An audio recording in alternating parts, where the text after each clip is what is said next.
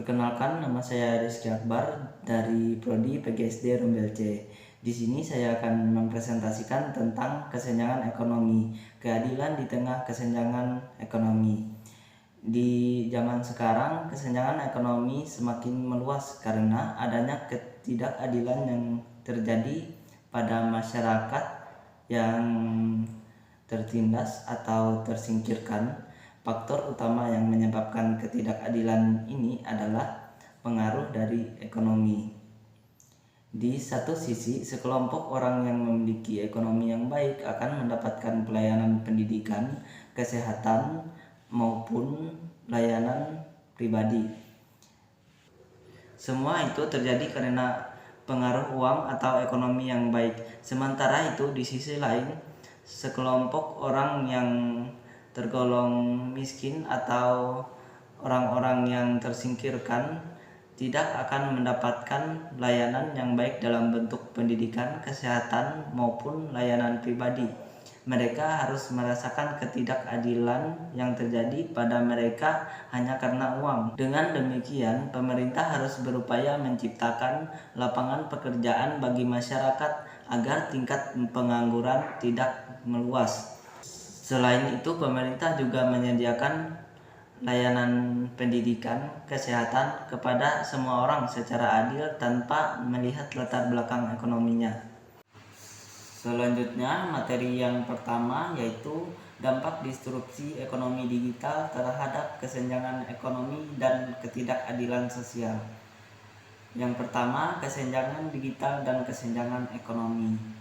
Kesenjangan digital adalah kesenjangan yang terjadi di antara dua kelompok, yakni orang-orang yang memiliki akses dan kemampuan teknologi informasi dan orang-orang yang tidak mempunyai kemampuan dalam bidang teknologi informasi. Contoh kasus yang diambil di wilayah terpencil seperti Papua, infrastruktur TIK masih terbatas, dan Arianti 2013 menambahkan bahwa terdapat faktor lain dalam kesenjangan digital ini adalah banyak orang yang tidak memiliki kemampuan atau keterampilan menggunakan TIK secara maksimal. Kesenjangan ekonomi adalah suatu kesenjangan yang terjadi karena beberapa faktor.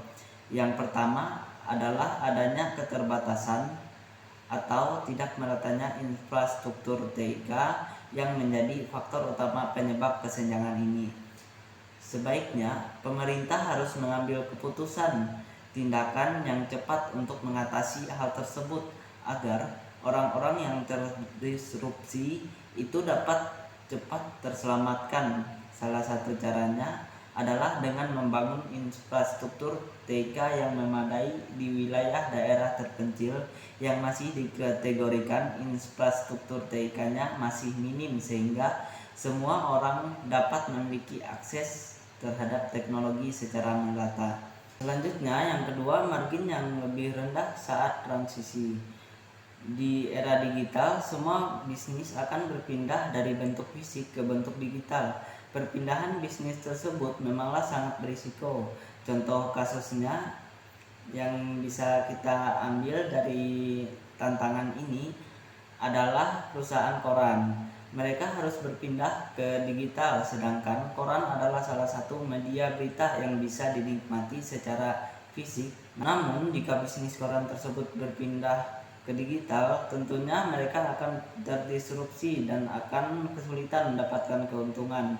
Upaya yang harus dilakukan oleh pemerintah adalah memberikan edukasi dan pelatihan tentang teknologi bagi semua orang, serta menyediakan infrastruktur TIK yang memadai agar mereka tidak kesulitan dalam menghadapi suatu pekerjaan yang sudah berbasis teknologi. Selanjutnya, yang ketiga, sempitnya lapangan kerja. Tantangan selanjutnya yang harus dihadapi di era digital adalah akan sempitnya lapangan pekerjaan dan banyak masyarakat yang kehilangan pekerjaan. Hal tersebut dapat memicu meningkatnya tingkat pengangguran. Faktor yang menyebabkan hal tersebut adalah pekerjaan yang sebelumnya dilakukan oleh manusia sekarang telah digantikan oleh sistem.